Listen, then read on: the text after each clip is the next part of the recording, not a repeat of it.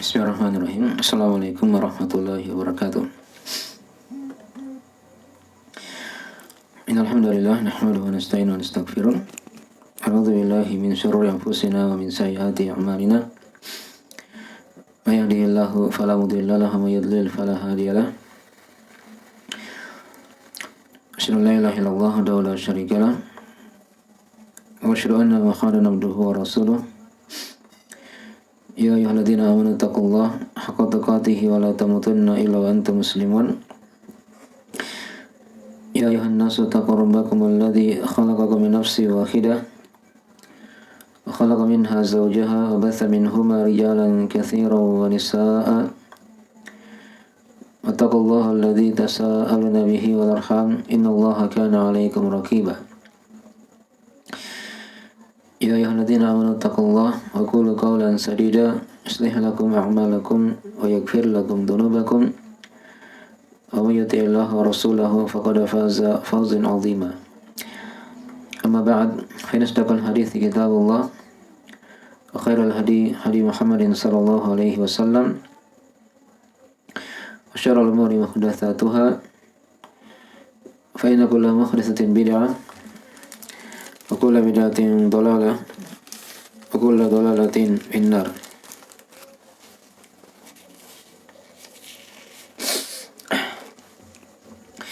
Ma'asyiral muslimin wal muslimat yang dirahmati oleh Allah Subhanahu wa taala dimanapun berada. Pada malam hari ini insyaallah kita akan memasuki dari kitab shalah, pembahasan seputar salat dari uraian ringkasan fikih dari kitab Al-Mulakhas Al-Fiqhi yang kita sarikan dari kitab Al-Mulakhas Al-Fiqhi karya Syekh Shalih Fauzan hafizahullah ta'ala. Baik, setelah kita lewati kitab Tahara, maka di antara fikih dari fikih ibadah, setelah seorang mengilmui dari tahara itu bagaimana cara bertahara, bersuci dari hadas ataupun dari najis, maka dia hendaknya juga dari ilmu yang wajib dia pelajari tentang bagaimana hukum-hukum seputar salat. Ya. Dan porsi dari kitab shalah ini lebih luas daripada kitab tahara. Dari uraian Syekh Shalih Fauzan juga seperti itu ya, di kitab Tahara beliau hanya memberi bab dengan jumlah 13 bab saja. Adapun di kitab shalah ini beliau uraikan sampai 30 bab dari pembahasan masalah salat. Dan tentunya ini bukan pembatasan ya. Dia hanya bentuknya ringkasan, tapi sudah sedemikian rupa dari pembahasan yang akan dikaji. Nah,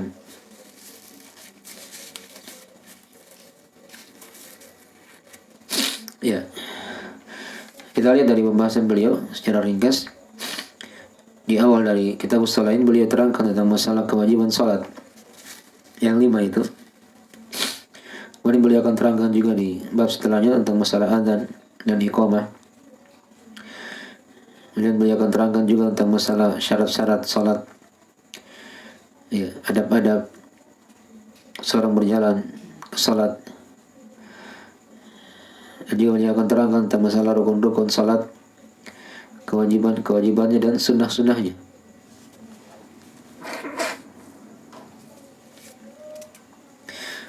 Ya, dan juga beliau akan terangkan tentang masalah sifat salat Nabi. Bagaimana tata cara salat Nabi SAW itu. Dan juga beliau akan terangkan di bab yang setelahnya lagi tentang apa yang dimakruhkan dalam salat, apa yang disunahkan, yang dibolehkan dalam salat. Kemudian juga beliau akan terangkan tentang masalah sujud sahwi. Beliau akan terangkan juga zikir sesudah salat. Setelah itu beliau pindah kepada masalah salat-salat sunnah dan salat witir, misalnya salat tarawih dan hukum-hukumnya, ya, salat-salat rawatib yang mengiringi salat fardu, salat duha, sujud tilawah, salat sunnah mutlak. Beliau akan terangkan juga tentang masalah waktu-waktu yang dilarang dalam salat. Dan juga beliau akan terangkan tentang masalah kewajiban salat berjamaah serta keutamaannya. Ini bagi laki-laki ya tentunya. Dan juga beliau akan terangkan tentang hukum-hukum seputar masbuk yang terlambat, misalnya menghadiri salat berjamaah, nanti akan dibahas. Dan juga beliau akan terangkan tentang masalah hukum seputar hadirnya wanita di masjid, hukum tentang masalah imam, ya, dan apa saja yang menjadi kriteria seorang imam itu dalam salat. Baik. Dan juga beliau akan terangkan tentang apa yang disyariatkan bagi imam saat salat. Setelah itu beliau akan terangkan tentang masalah salatnya orang-orang yang punya uzur. Ya, setelah itu beliau pindah kepada bab tentang masalah salat Jumat, salat dua Id, salat gerhana, salat minta hujan, dan terakhir di bab yang ke-30 beliau akan terangkan tentang masalah hukum-hukum seputar jenazah. Nah, maka ini 30 bab dari uraian Syekh Shalih Fauzan tentang masalah salat ini. Dan tentunya ini tadi sudah diterangkan ya, dia dari bab-bab yang mungkin kalau ada siapa yang mencari selainnya itu masih ada dari pembahasan yang lain tentang masalah salat ini. Baik. Sekarang kita lihat pada bab yang pertama dari uraian Syekh Shalih Fauzan hafizahullah taala tentang masalah wajibnya salat 5 waktu.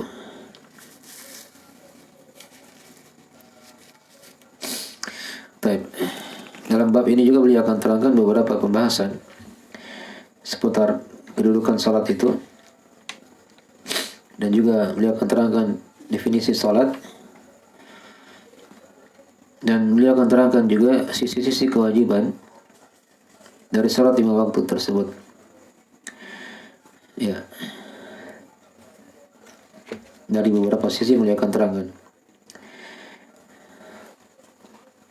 Dan di akhir dari pembahasan beliau akan terangkan tentang masalah hukum orang-orang yang bergampangan meninggalkan salat atau yang meninggalkannya secara total atau sebagian. Ya. Akhir dari pembahasan-pembahasan yang akan beliau terangkan dalam kitabus shalah di bab yang pertama ini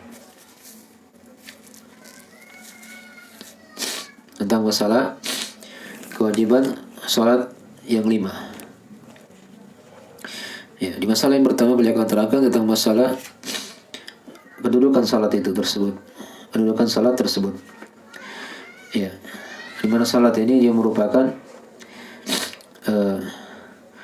rukun Islam yang paling kuat setelah 2 syahadat la ilaha illallah dan Muhammad Rasulullah, yang seorang itu hendaknya disyariatkan untuk menyempurnakannya dari berbagai macam sisi ibadah dan memperindah dari salat tersebut.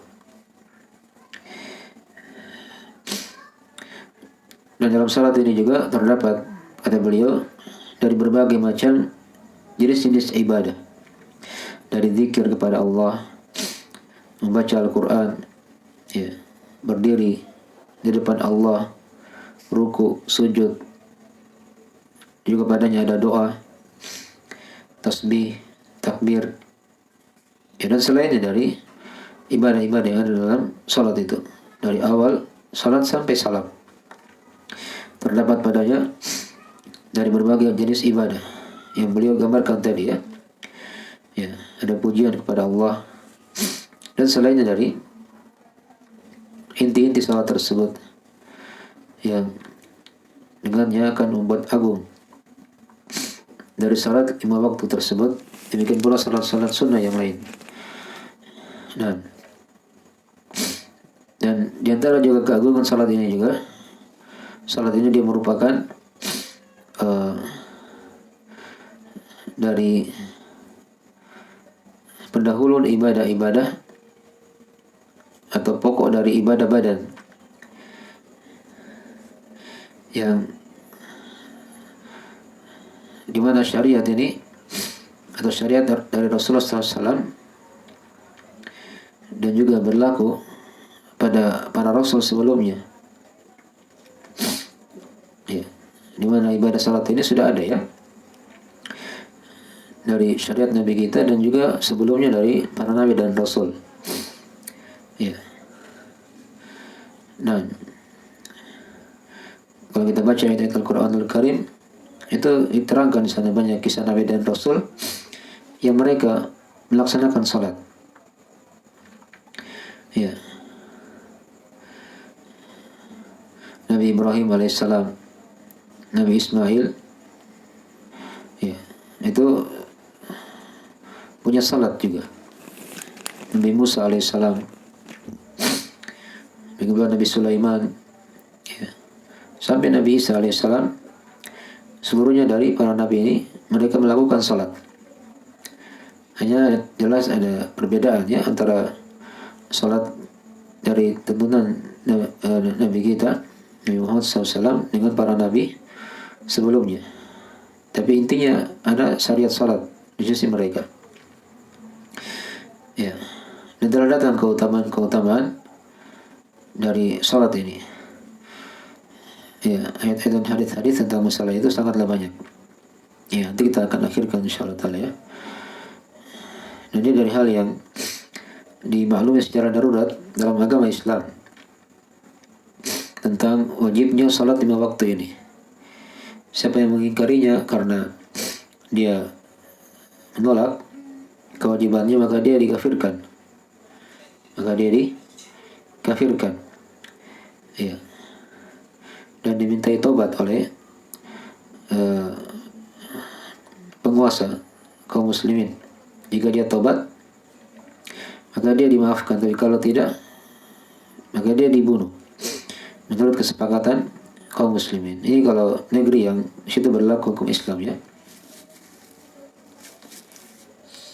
Yang berlaku hukum Islam.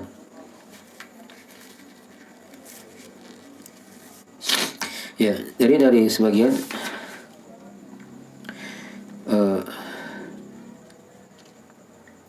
kedudukan salat tersebut.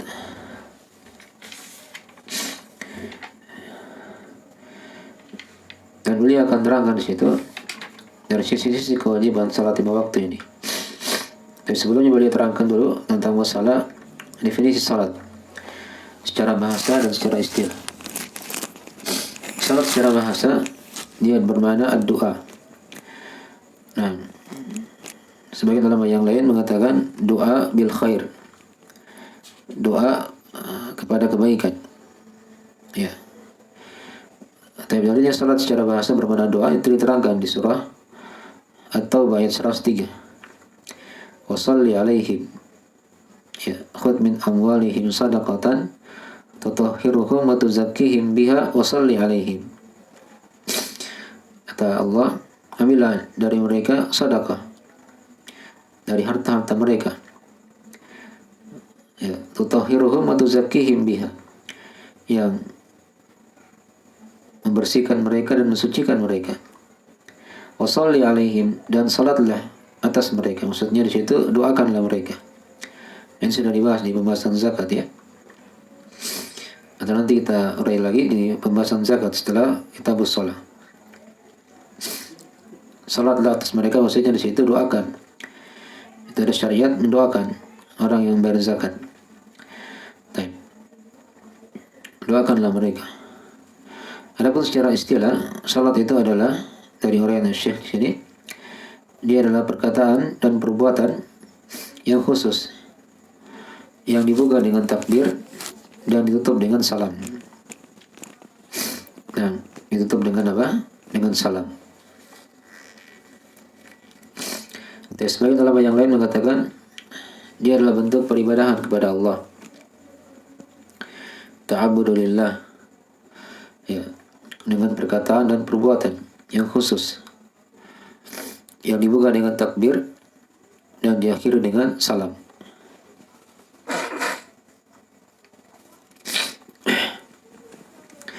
Ini definisi salat.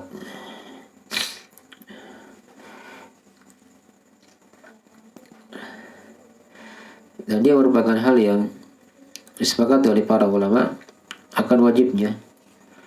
Kalau itu yang dimaksudkan adalah salat 5 waktu. Diterangkan dalam ayat Al-Quran dan hadis-hadis Nabi Sallallahu Alaihi Wasallam. Ya. Beliau bawakan situ ya dari sebagian dalil tentang masalah ini dari ayat-ayat dan hadis.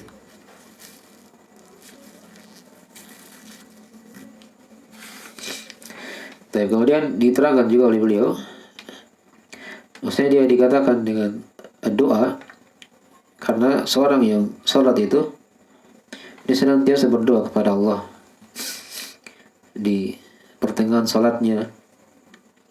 Dia meminta kepada Allah Subhanahu wa taala. Ini bagi siapa yang mencermati dari zikir-zikir dalam salat ya. Dan dia baca Allahu Akbar, situ ada doa iftitah setelahnya. Itu ada penuh dengan doa. Dibaca surah Al-Fatihah atau ada isti'adzah sebelumnya, misalnya dimohon kepada Allah perlindungan dari syaitan. Ya, Al-Fatihah juga sudah ada doa, memohon jalan yang lurus. Ya, mulai dibaca lagi surah-surah setelahnya, itu ada doa. Zikir dalam ruku, ya, ada di antara maknanya dari zikir tersebut bermakna doa. Ya, i'tidal, dia memuji Allah, sujud seperti itu, duduk antara doa sujud, ya, ada doa semuanya sampai tahiyat. Dan di akhir tahiyat nanti akan diterangkan, situ ada doa berlindung kepada Allah dari 4 perkara yang diwajibkan. Ya, akhirnya dari makna hubungan antara salat dengan doa. Dari hubungan definisi secara bahasa tadi itu sangat erat dengan definisi salat secara istilah. Salat secara bahasa dia dikatakan doa karena ada syekh terlingkup padanya dalam salat itu dari awal sampai akhir, dia dari berbagai macam doa yang dipanjatkan oleh orang-orang yang salat kepada Allah Subhanahu wa taala. Ya.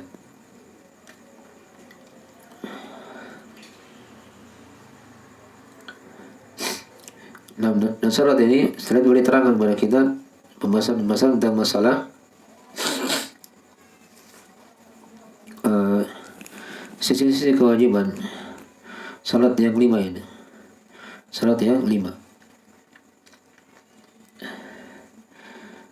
Ya.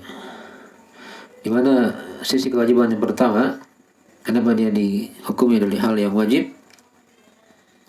Karena salat ini dia diwajibkan oleh Allah di malam Isra Mi'raj, sebelum Nabi SAW hijrah ke Madinah kurang lebih 3 tahun. Ya. Dan telah diterangkan dalam Al-Quranul Karim beberapa ayat tentang masalah wajibnya salat. Kita baca sini dari urian Syekh ya. Yang pertama dibawakan surah An-Nisa tentang masalah waktu salat. Inna salata kanat 'alal mu'minina kitaban mawquta.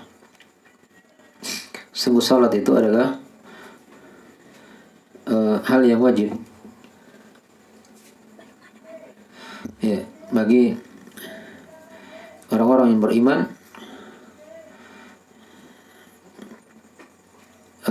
Waktunya selalu ditetapkan oleh Allah Subhanahu wa taala. Inna salata kanat 'alal mu'minina kitaban mawquta. Sungguh salat bagi orang-orang yang beriman adalah ketentuan yang telah ditetapkan. Dan juga boleh bawakan juga ayat yang lain di surah Al-Bayyinah yang sering kita hafal, ayat yang kelima ya. Dari surah An-Nisa ayat 103. Ini beliau bawakan juga surah Al-Bayyinah ayat yang kelima, wa ma umiru illa liya'budullaha mukhlishina lahuddin hunafa wa yuqimus shalah sampai akhir ayat. Dan tidaklah mereka diperintah kecuali agar mereka beribadah kepada Allah dengan ikhlas, ya, hunafa, condong pada tauhid dan menjauhi kesyirikan, dan mereka menegakkan salat. Ya, sini diperintah dari antara perintah Allah yaitu wa yuqimus shalah. Dan juga diterangkan dalam ayat Al-Qur'anul Karim di tempat-tempat yang sangat banyak lafaz wa aqimus shalah. Ya. Kadang digantikan dengan zakat. Ya, wa aqimus sholata wa atuz zakah. Tegakkanlah salat dan bayarlah zakat. Ini diulang-ulangi di banyak tempat dalam Al-Qur'anul Karim. Dan ada di surah Al-Baqarah dan lainnya tentang masalah itu. Ya, dan juga diterangkan di ayat di surah Ibrahim tentang wajibnya salat ini. Di sana Allah Ta'ala berfirman, "Qul li ibadiyalladzina amanu yuqimus shalah." Katakanlah kepada hamba-hambaku yang beriman agar mereka menegakkan salat. Nah, jadi diperintah oleh Allah. Allah perintah kepada nabinya untuk berkata kepada orang-orang yang beriman agar mereka menegakkan salat. Itu di antara ayat juga yang beliau bawakan di situ. Kemudian di antara ayat juga yang beliau bawakan adalah ayat di surah Ar-Rum. Ayat ke-17 sampai 18. Di antara hal yang menjelaskan tentang wajibnya salat tersebut. Fasubhanallahi hina tumsuna wa hina tusbihun wa lahul hamdu fis samawati wal ardi wa 'ashiyyan wa hina tudhirun. Maha suci Allah hina tumsuna wa hina tusbihun, tatkala masuk di waktu sore dan masuk di waktu subuh. Itu ada isyarat ya untuk salat di sore hari, ya, seperti salat asar, dan juga padanya dari waktu al-masa yaitu salat maghrib, ya. Wa hina tusbihun, dan Maha Allah tatkala seorang masuk di waktu subuh. Itu ada syarat untuk salat subuh. Walahul hamdu fis samawati wal ardi, dan untuknya lah pujian di langit dan di bumi, wa 'ashiyyan, ya, dan di waktu isya, wa hina tudhirun, serta di waktu mereka masuk di waktu zuhur. Jadi ayat ini, ayat surah Rum ini, subhanallah, terdapat padanya menyebutkan 5 waktu salat. Ya. Perhatikan tadi soalnya ayatnya, subhanallahi hina tumsuna wa hina tusbihun. Maha suci Allah tatkala, ya, kalian masuk di waktu sore dan di waktu subuh. Di situ ada isyarat salat asar, dan salat maghrib. Karena itu yang dikatakan al-masa, ya, petang. Wa hina tusbihun, dan di waktu subuh. Ya, sudah 3 salat. Dan diterangkan di ayat yang ke-18, walahul hamdu fis samawati wal ardi wa 'ashiyyan wa hina tudhirun.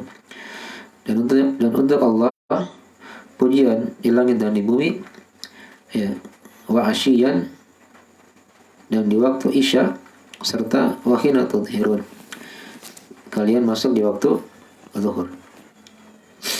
Nah, maka ini diterangkan kepada kita isyarat-isyarat akan penyebutan 5 waktu salat itu. Nah, yang kita maklumi ya dalam agama ini. Oleh karena itu, hendaknya orang-orang yang telah balik, berakal, ya, yang dia muslim, punya kewajiban akan hal tersebut, kata beliau, ya. Kecuali kalau dia punya halangan seperti perempuan yang haid dan nifas, maka tidak wajib padanya salat, dan juga dia tidak menggantinya tatkala dia telah suci.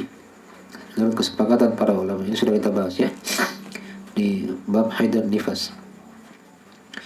Adapun kalau ada orang yang hilang akalnya misalnya, mungkin karena tidur atau karena pingsan dan selainnya, maka wajib dia menggantinya tatkala dia sadar atau dia bangun. Baik. Jangan terangkan nanti insyaallah taala, nanti kita akan singgung ya masalah-masalah ini. Kewajiban apa salat itu untuk siapa diwajibkan. Nah,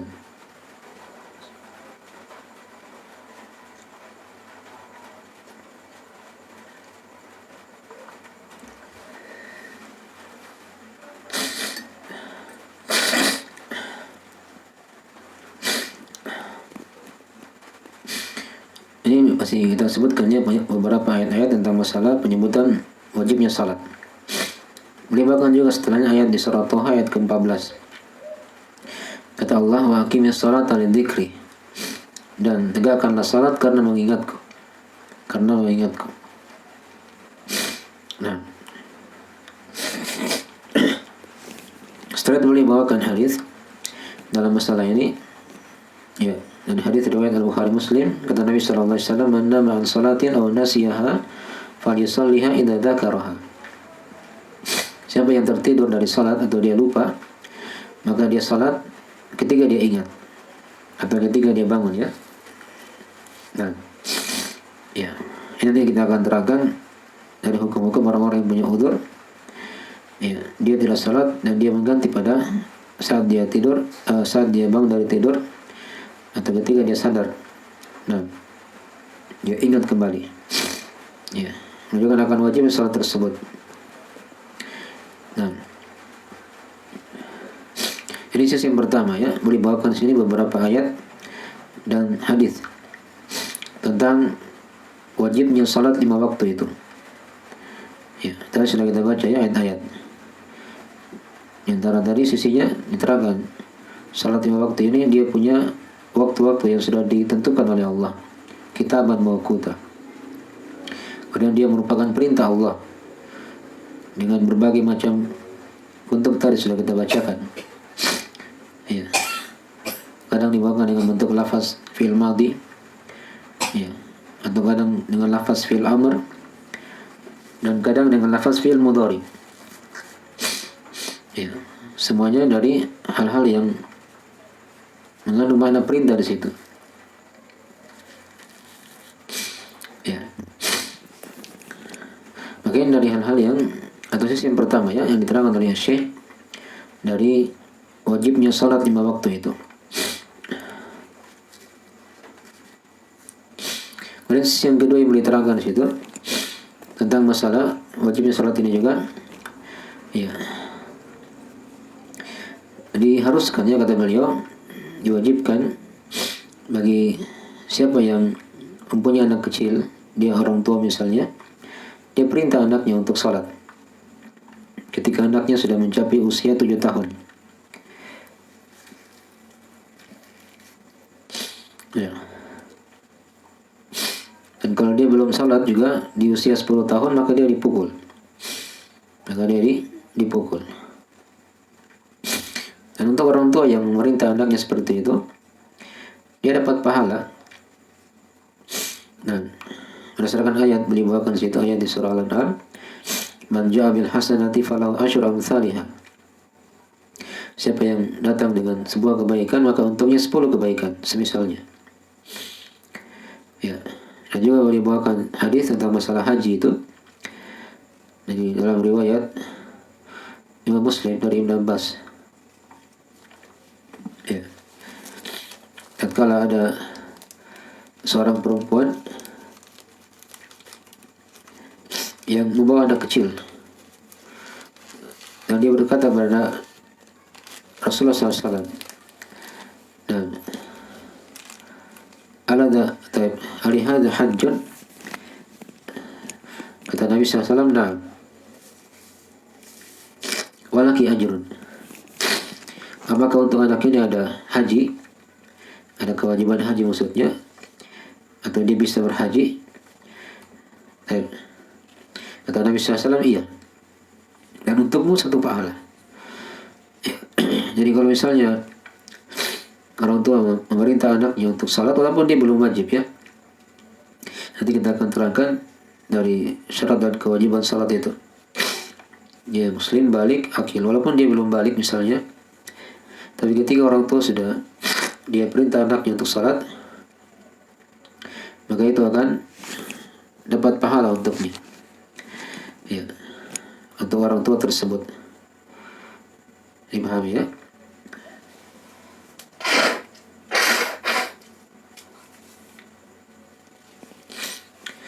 Baik.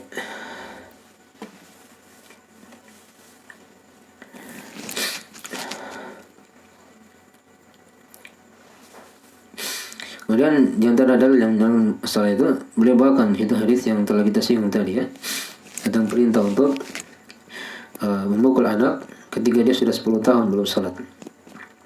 Dan kata Nabi sallallahu alaihi wasallam, "Muru auladakum bis-shalah wa hum abna 7 sinin. Wadribuhum 'alaiha bi ashrin." Ya, wa farriqu bainahum fil madaji. Kata Nabi sallallahu alaihi wasallam, perintahlah anak-anak kalian untuk salat. Sedangkan mereka anak-anak yang telah berusia 7 tahun diperintah salat. Dan pukullah mereka ya, karena salat tersebut pada umur 10 tahun kalau mereka belum salat. Dan pisahkanlah mereka di antara mereka dalam membaringan. Maksudnya kalau ada anak laki-laki perempuan dipisah. Ya, jangan disatukan satu ranjang walaupun dia saudara. Ketika sudah berusia 10 tahun ke atas, 10 tahun dan seterusnya. Ini dari tuntunan Nabi sallallahu alaihi wasallam. Jadi ini sisi yang kedua ya, yang diterangkan oleh Syekh Shalih Fauzan akan wajibnya salat tersebut. Orang tua yang punya anak ya, laki-laki ataupun perempuan, itu dia perintahkan anaknya untuk salat di usia 7 tahun. Dan sudah wajib dia perintah bagi orang tua. Walaupun tidak sedang pendapat ya, tapi menurut pendapat kebanyakan ulama, dan yang dipilih juga oleh Syekh Shalih Fauzan tadi, maksudnya itu dari hal yang diwajibkan bagi orang tua. Kewajibannya untuk memerintah anaknya untuk salat ketika anak itu sudah sampai pada usia 7 tahun. Ya. Kalau 10 tahun belum salat, maka dia dipukul. Ya, dipukul tapi dengan penuh pendidikan agar dia bisa salat. Ya, dan tentunya di situ sebelum dia usia 7 tahun, dari usia balita misalnya, ya, itu dibiasakan anak-anak itu ikuti orang tua saat salat. Dibiasakan dia berbaris di sampingnya misalnya, ya, agar dia terbiasa lihat orang salat. Ya, ketika di umur 7 tahun sudah tidak berat lagi untuk diperintah. Ya, dipahami ya. Dan ini kadang pendidikan bagi anak-anak seperti itu. Jangan dibiarkan saja ya, tidak dididik walaupun dia belum wajib, tapi dibiasakan agar ketika mereka sampai pada usia 7 tahun ya, itu sudah mudah untuk diperintah. Apalagi kalau sudah usia 10 tahun, maka ini sudah menjadi tabiatnya nanti. Nah, ketika dia balik, hal itu sudah ringan karena dia telah terbiasa untuk apa? Salat. Dan maka ini sisi-sisi yang diterangkan oleh Syekh Shalih Fauzan dari wajibnya salat tersebut. Salat yang 5 maksudnya yang kita bahas ini. Ya, pun salat-salat sunnah itu tidak diterangkan ya. Yang diperintah tadi bagi orang tua itu pada masalah salat wajib. Ya. Itu sisi yang kedua. Sisi yang ketiga yang diterangkan oleh Syekh Shalih Fauzan ya. Salat ini dia merupakan hal yang wajib dari sisi dia tidak boleh diakhirkan dari waktunya. Misalnya salat itu kan sudah diterangkan tadi, dia punya waktu-waktu. Dan nanti akan juga dirinci oleh beliau di suatu bab khusus tentang masalah waktu itu salat. Ya. Karena salat sudah punya waktu masing-masing, maka dia tidak boleh diakhirkan, dipindahkan ke waktu yang lain. Yang itu sudah kita baca tadi ya, inna salata kanat 'alal mu'minina kitaban mawquta. Ya, semuanya salat itu adalah hal yang punya waktu yang telah ditentukan, ditetapkan waktunya atas orang-orang yang beriman. Maka dia tidak boleh diakhirkan tanpa ada udzur ya. Jadi kalau dia musafir misalnya boleh dia jamak, apakah jamak takhir kah atau takdim, ada rincian dalam masalah itu. Misalnya seperti tadi, yang boleh diakhirkan.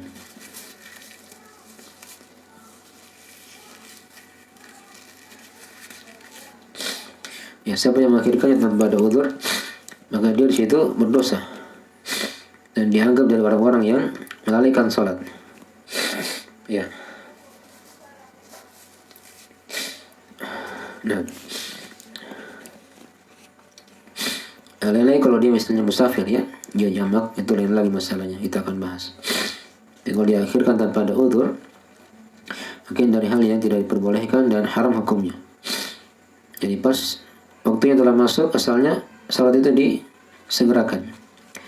Ya, kecuali ada salat isya, pembahasan di situ, memang dia sunnah apa dari hal yang afdal dia diakhirkan. Itu kalau misalnya dia mampu, atau di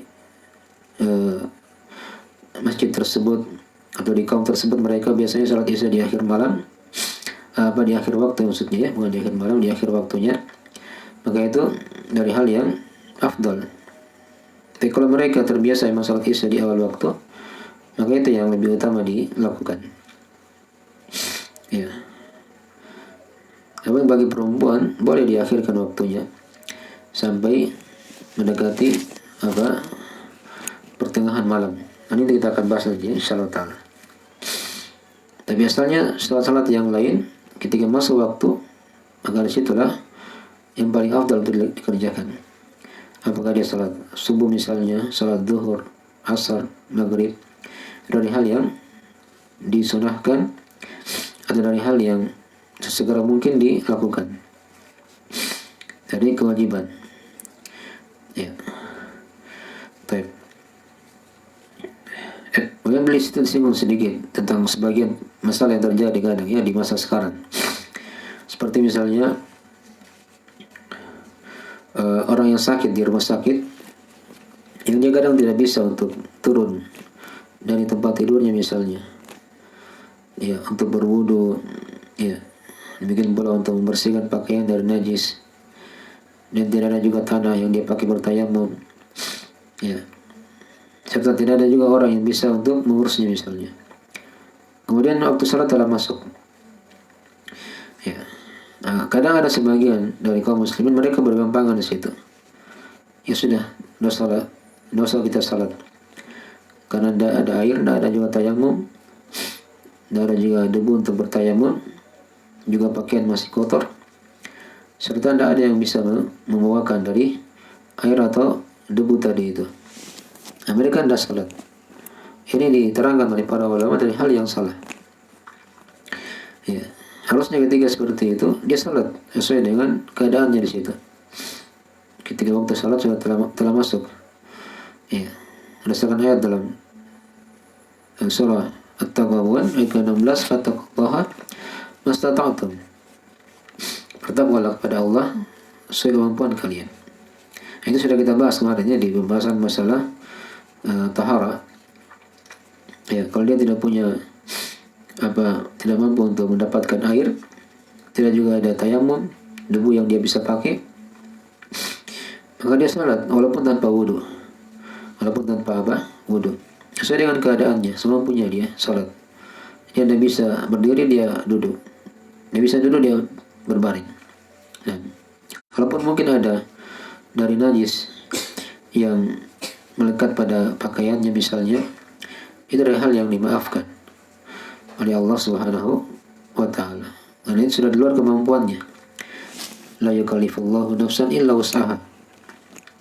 Allah tidaklah membebani seorang jiwa kecuali apa yang dia mampu. Nah, mungkin dari kemudahan-kemudahan dalam agama jangan dianggap remeh. Ya, dia tidak salat, maka itu dari hal yang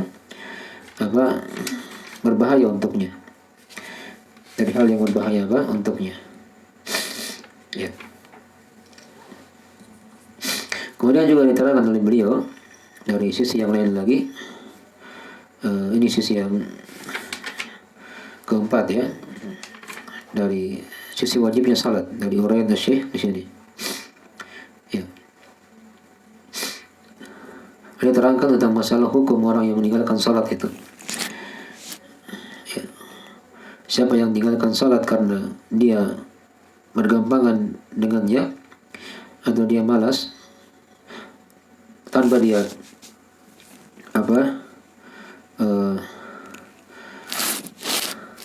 mengingkari kewajibannya, menurut orang yang Syekh di situ hukumnya kafir. Menurut pendapat yang paling kuat dari pendapat para ulama dalam masalah ini. Jadi adalah hal yang benar yang ditunjukkan oleh dalil dari Al-Quran dan hadis. Dibawakan situ ayat atau hadisnya dalam riwayat Imam Muslim. Kata Nabi SAW, "Baina ar-rajul wa baina asy-syirk wal kufri tarkus shalah."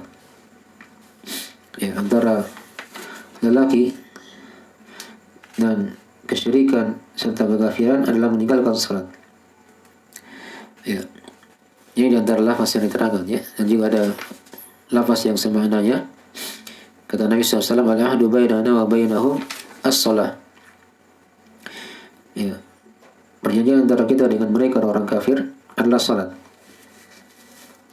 Terang dalam riwayat yang lain dari Sunan At-Tirmidzi, "Faman tarakaha faqad kafar." Siapa yang meninggalkan salat maka dia telah kafir. Ini hukum bagi siapa yang tidak salat karena malas. Ya. Ada silang pendapat di kalangan ulama, tapi yang dikuatkan oleh Syekh Shalih Fauzan, hukumnya kafir. Itu kalau dia tidak salat karena malas dan tidak salatnya itu terus menerus. Ya, bukan karena dia ingkari kewajiban. Dia tahu wajibnya salat, tapi dia tidak salat karena malas. Itu pun sudah dikafirkan oleh para ulama. Ya. Dan ini kalau kita baca ayat-ayat dan hadis tentang masalah ini sangatlah banyak ya. Dan apa yang diterangkan sini oleh Syekh Shalih Fauzan, hafizahullah taala. Saya bacakan beberapa dalil tentang masalah ini. Ya, di antaranya adalah hadis yang telah kita baca tadi ya. Inna bainar rajul wa bainas syirk wal kufri tarkus shalah. Nah. Dan juga diterangkan tadi al-ahdu bainal ladzi bainana wa bainahum al-ahdu alladzi bainana wa bainahum as-shalah. Faman tarakaha faqad kafar. Sudah diterangkan tadi ya. Ya. Kemudian juga ada ayat yang dipakai oleh para ulama dalam masalah ini, fa in tabu wa aqamus salata wa atuz zakah fa ikhwanukum fid din. Jika mereka bertobat, mereka tegakkan salat, membayar zakat, maka mereka adalah saudara kalian dalam agama. Pemahaman kebalikannya kata para ulama, kalau mereka tidak bertobat dari kekafiran, mereka tidak salat, ya, dan seterusnya tadi, maka mereka bukan saudara kalian dalam agama. Ya. Dan juga ada perkataan yang sangat indah dari para tabi'in, yaitu mereka melihat para sahabat seperti itu ya, di mana para sahabat mereka tidak melihat suatu amalan yang kapan ditinggalkan bisa mengkafirkan kecuali salat. Artinya salat itu kalau ditinggalkan dia ya karena dia malas atau bergampangan dengannya, maka dari hal yang mengkafirkan pelakunya. Ya. Baik. Adapun kalau dia misalnya tidak salat, tapi dia bukan bentuknya dia tinggalkan terus menerus, kadang dia salat kadang tidak, ini tidak dikafirkan ya, menurut pendapat yang terkuat dalam masalah itu. Ya. Tadi kan sudah diterangkan ya, kalau dia ingkari karena dia ingkari kewajiban salat itu jelas itu kafir menurut kesepakatan para ulama. Dia tidak salat karena dia ingkari kewajiban, karena dia mengingkari rukun Islam, jelas. Yang tadi ada silang pendapat kalau misalnya dia tidak salat ya terus menerus karena malas atau karena bergampangan, dia tahu hukumnya salat wajib. Itu ada silang pendapat di kalangan ulama, namun yang dikuatkan oleh para al-muhaqqiqin, dan ini juga tadi dikuatkan oleh Syekh Shalih Fauzan, hukumnya adalah kafir. Hukumnya adalah apa? Kafir. Dan itu kadang bisa berpengaruh ya dengan muamalah dia nanti pada kehidupannya di dunia ini. Kalau dia kafir misalnya, tidak boleh diwarisi misalnya, tidak boleh dia mewarisi juga, diharamkan masuk Mekah, ya. Kemudian tidak boleh dia menyembelih, ya, tidak boleh dimakan sembelihannya misalnya. Jika dia mati tidak disalatkan, ya, itu dari hal-hal yang berjalan kadang di belakangnya. Kalau dia tidak salat, ya, orang yang tidak salat itu tidak disalatkan, karena dia adalah orang yang kafir. Jadi kalau dia bertobat sebelum dia meninggal, maka itu dari hal yang mungkin dimaafkan oleh Allah Subhanahu wa taala. Sepanjang tobatnya adalah tobat yang nasuha, maka Allah pasti akan mengampuninya. Tapi jangan dibergampangan dalam masalah itu. Nanti mau meninggal baru bertobat, karena tidak ada yang mengetahui kapan ajal kita. Ya, kapan ajal kita. Baik. Maka beliau situ wasiatkan yang terakhir, ya, dari uraian Syekh di sini. Ya, hendaknya seorang itu dia jangan bergampangan dalam meninggalkan salat. Karena ada tadi, ya, pendapat para ulama yang mengkafirkan akan perkara itu. Walaupun ini, ya, ada silang pendapat tadi, ya. Kalau dia ambil pendapat dari itu, maka itu lebih hati-hati sebagai hal yang menghardik dia untuk senantiasa memperhatikan perkara salat ini. Ya, perkara salat 5 waktu yang merupakan kewajiban untuknya atau atasnya setiap muslim dan muslimah. Baik. Ya. Dan juga di situ Syekh terangkan di situ, ya. Kalau dia misalnya sudah dihukumi kafir tadi, maka kalau dia misalnya meninggal dia tidak disalatkan, diberi salam, ya, juga tidak diberi salam kepadanya misalnya, kan. Jika dia mengundang tidak dipenuhi undangannya, ya, kalau undangan walimah misalnya, ya, pernikahan, kemudian ada salat, seperti itu urusannya. Ya, sampai dia bertobat kepada Allah dan menegakkan salat. Karena salat ini, kata beliau, dia merupakan tiang agama, pembeda antara kita dengan orang kafir, pembeda antara seorang muslim dan orang yang kafir. Nah, ya, mungkin dari sisi-sisi yang diterangkan oleh beliau, ya. Nah, ini kata dia tidak salat, maka tidak ada manfaat dari apa yang diamalkan, dari kebaikan-kebaikan, ya. Karena hukum amalan orang yang kafir itu tidak diterima oleh Allah Subhanahu wa taala. Baik, mungkin dari wasiat atau penutup dari hal yang diterangkan di sini tentang masalah kewajiban salat. Jadi ini sebagian diterangkan oleh beliau, ya, sisi-sisi kewajiban salat. Kita simpulkan tadi, ya. Yang pertama, beliau bawakan tadi ayat-ayat dan hadis tentang masalah itu. Perintah dalam Al-Quran tentang wajibnya salat 5 waktu ini.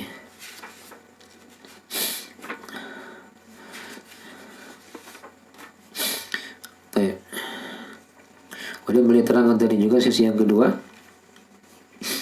tentang wajibnya salat ini juga, tentang masalah orang tua tadi.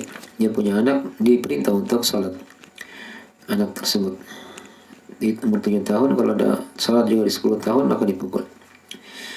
Kemudian tadi diterangkan hukum orang yang mengakhirkan salat di luar waktunya dari hal yang hukumnya dosa besar, walaupun dia salat.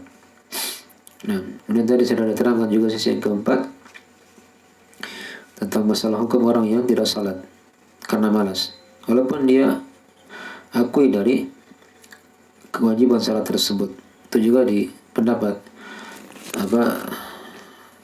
salah satu dari pendapat ulama dari hal yang dikafirkan. Dan tadi yang dikuatkan oleh Syekh Shalih Fauzan, hukumnya sama seperti itu.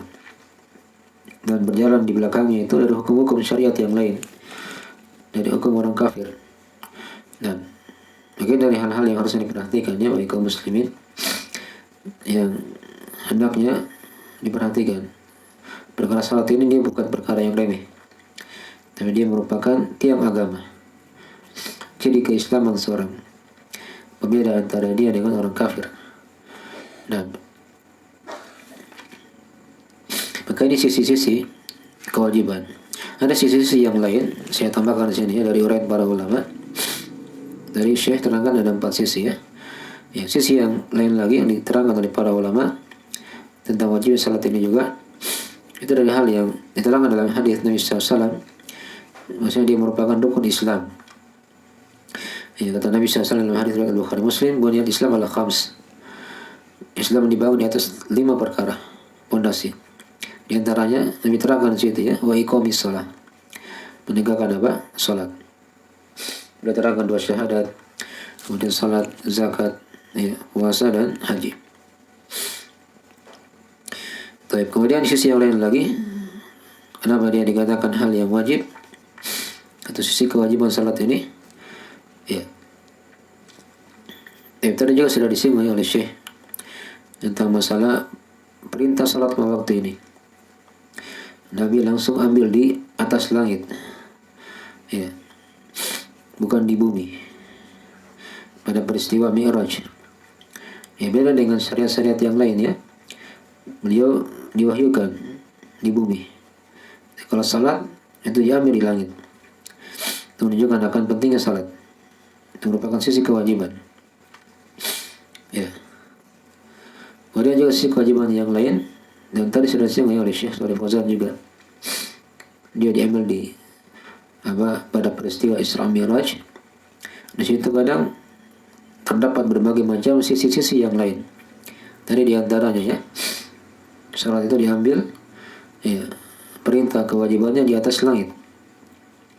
Ya, beda dengan perintah yang lain, itu diwahyukan di bumi. Nabi ambil di bumi. Ya. Kalau salat dia diambil di mana? Di langit. Ketika peristiwa Mi'raj. Ya, bahkan bukan langit pertama, tapi di atas langit yang ke-7. Dan kemudian kalau kita berbicara masalah Isra Mi'raj tadi itu juga, di situ terdapat padanya dari sisi-sisi kewajiban salat. Ya. Di mana Nabi SAW mengambilnya itu tanpa perantara. Beda dengan ibadah-ibadah yang lain atau kewajiban-kewajiban yang lain, itu dengan perantara malaikat Jibril. Jadi, kalau salat langsung Nabi ambil dari Allah tanpa perantara.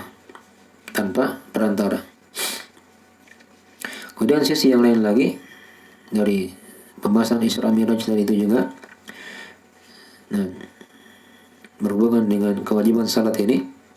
Salat ini diambil oleh Nabi SAW di tempat yang paling tinggi, di mana manusia tidak pernah sampai ke situ. Ya, di mana manusia tidak pernah sampai ke situ.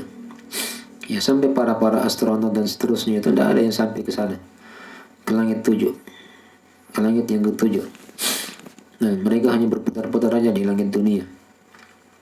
Ya, tapi Nabi SAW sudah sampai ke sana. Ya, khusus untuk menerima perintah salat. Nah, kemudian juga diterangkan sisi kewajiban yang lain dari pentingnya salat waktu ini juga. Ya, salat ini dulunya itu 50 kali.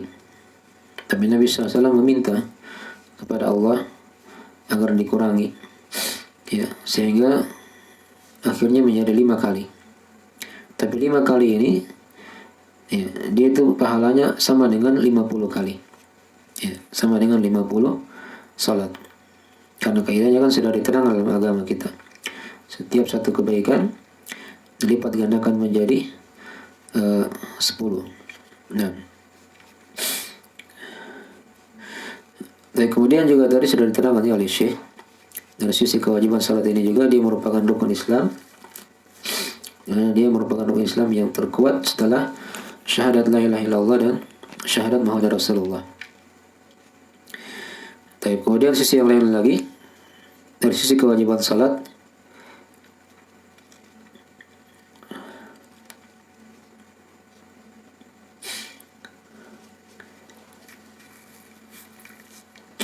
dari hadis sudah atau syekh juga beliau telah singgung, dia merupakan tiang agama. Siapa yang tidak salat, maka itu artinya dia telah runtuhkan agamanya. Ada sisi yang lain lagi dari kewajiban salat ini juga, di mana salat ini dia merupakan amalan yang awal kali dipertanyakan pada hari kiamat. Itu diterang dalam hadis ya. Nah, kata Nabi SAW, awwalu ma yuhasabu alaihi al-abdu yawmal qiyamah as-salah. Kata Nabi SAW, awal perkara yang dihisab ya, atas hamba pada hari kiamat adalah salat. Fa in salahat faqad aflah. Nah, wa najaha. Wa in fasadat faqad khaba wa khasira. Siapa yang baik salatnya maka dia beruntung dan selamat. Tapi siapa yang rusak salatnya maka dia akan sengsara dan merugi. Ya, kemudian juga di sisi yang lain lagi dari kewajiban salat ini juga, nah,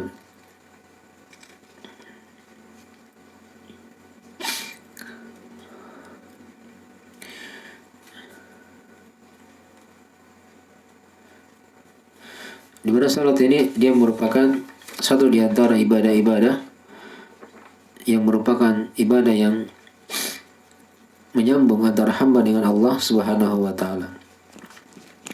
Ya, perhatikan aja ketika salat itu, tatkala seorang hamba dia berdiri menghadap Allah, itu dari hal yang menyambungnya kepada Allah Subhanahu wa taala. Bahkan ketika dia sujud, itu merupakan tempat yang paling dekatnya antara dia dengan Allah Subhanahu wa taala.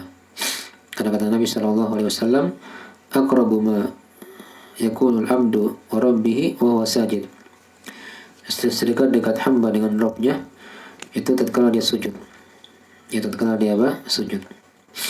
Maka ini sisi-sisi kewajibannya yang diterangkan oleh para ulama tentang kewajiban salat 5 waktu ini. Ya. Nah, dan apa yang diterangkan tadi oleh Syekh Shalih Fauzan itu sudah dari hal yang cukup. Ya.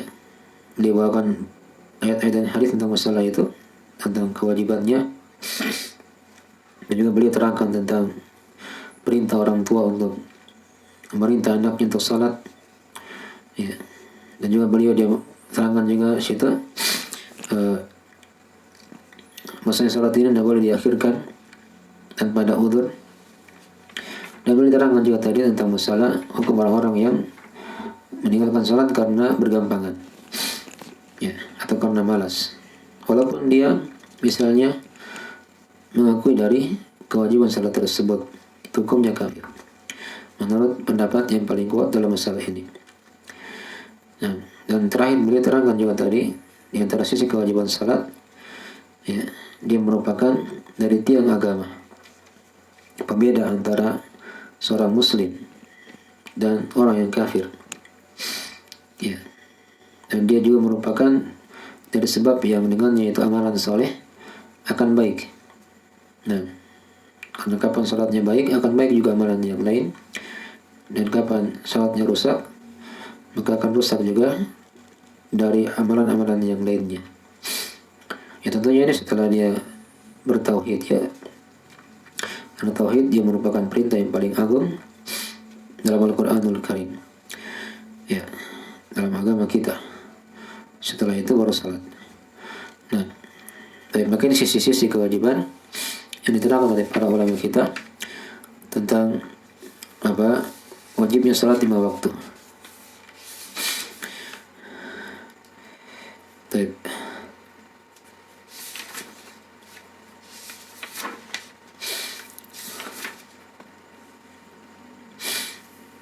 Nah, tadi sudah disinggung situ, ya. Salat ini wajib atas seorang muslim yang balik dan dia berakal. Nah, artinya kalau dia kafir misalnya, itu ada silang pendapat di kalangan ulama apakah dia wajib salat atau tidak. Tapi kalau orang kafir itu akan ditanya pada hari kiamat, nah, kenapa tidak salat? Dan diterangkan dalam surah Al-Mudaththir, ya, ketika mereka masuk dalam neraka, ditanya oleh Allah Subhanahu wa taala, "Ma salakakum fi saqar?" Qalu lam nakum minal musallin. Kata Allah, apa yang membuat kalian masuk dalam neraka Saqar? Kata mereka, dulunya kami tidak salat. Ya, orang kafirnya menjawab seperti itu. Juga kan, kata para ulama, orang-orang kafir itu walaupun mereka tidak salat, mereka akan ditanya pada hari kiamat. Nah, itu letak dari kesialan orang-orang kafir. Nasallallahu salamatu wal afiyah. Nah, kemudian yang kedua dari salat, dari salat itu wajib kepada siapa? Tadi yang pertama muslim ya. Nah, ini tambahan dari keterangannya oleh para ulama. Muslim. Ya, kafir juga mereka dikhitab dengan khitab syariat. Karena pada hari kiamat mereka akan ditanya. Nah, akan kewajiban-kewajiban dalam agama Islam.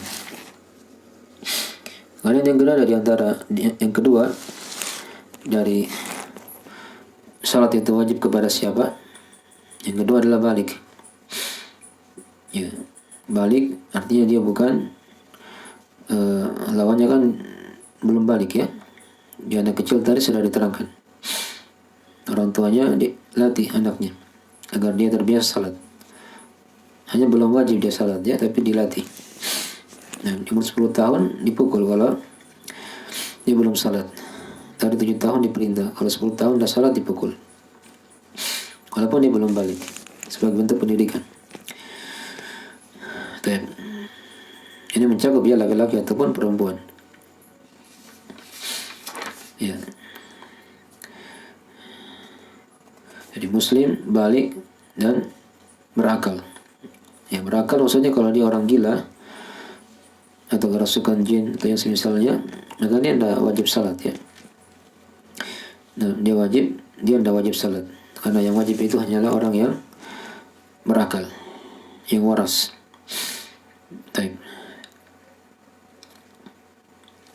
Ya, mungkin dari sisi-sisi ya, siapa yang dikatakan itu wajib padanya salat. Yang kadang sebagian ulama membahasakan dengan bahasa mukallaf.